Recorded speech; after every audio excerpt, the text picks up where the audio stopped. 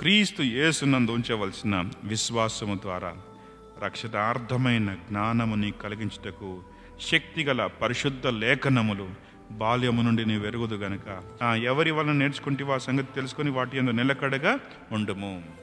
విశ్వాసము దేనిపైన ఉండాలి? క్రీస్తు యేసునందు.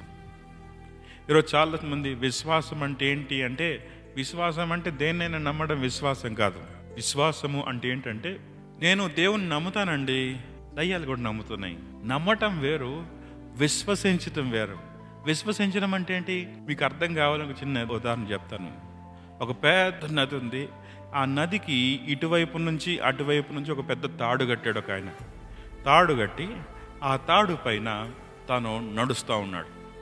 తాడు పైన నడుస్తూ ఉంటే వచ్చిన వాళ్ళందరూ చప్పట్లు కొడుతూ ఉన్నారు. తర్వాత ఆయన అంటాడు, నేను ఇక్కడి నుంచి అక్కడికి పరిగెత్తుకుంటూ వెళ్ళగనని నమ్ముతున్నారా అన్నాడు.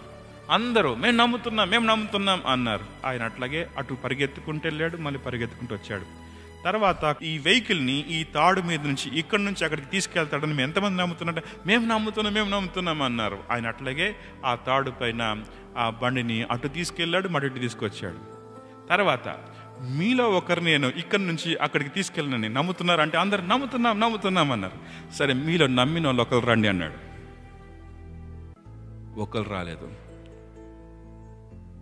మీకు అర్థమైందా? అది విశ్వాసం. విశ్వాసం అనేది చాలా ప్రాముఖ్యమైనది. క్రీస్తు యేసు నందు ఉంచవలసిన విశ్వాసము ద్వారా అంటాడు. విశ్వాసం ఎంత ప్రాముఖ్యమైంది అంటే, మీరు ఎట్లా రక్షించబడ్డారు? ఎఫెసీ 2లో ఏమంటాడు? మీరు విశ్వాసమును బట్టి కృపచేతనే రక్షించబడ్డారు అంటాడు. విశ్వాసం లేకపోతే రక్షణకు అర్థమే లేదు. అసలు మనలో విశ్వాసము లేకపోతే రక్షణ పొందినట్టే కాదు.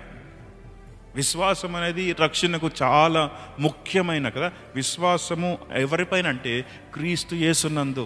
నా పాపముల కొరకు ప్రభువైన యేసుక్రీస్తు శిలువలో రక్తం కార్చాడు, ఆయన చిందించిన రక్తము ద్వారా నాకు రక్షణ కలుగుతుంది అని నువ్వు ఎప్పుడైతే నమ్ముతావో అది విశ్వాసం.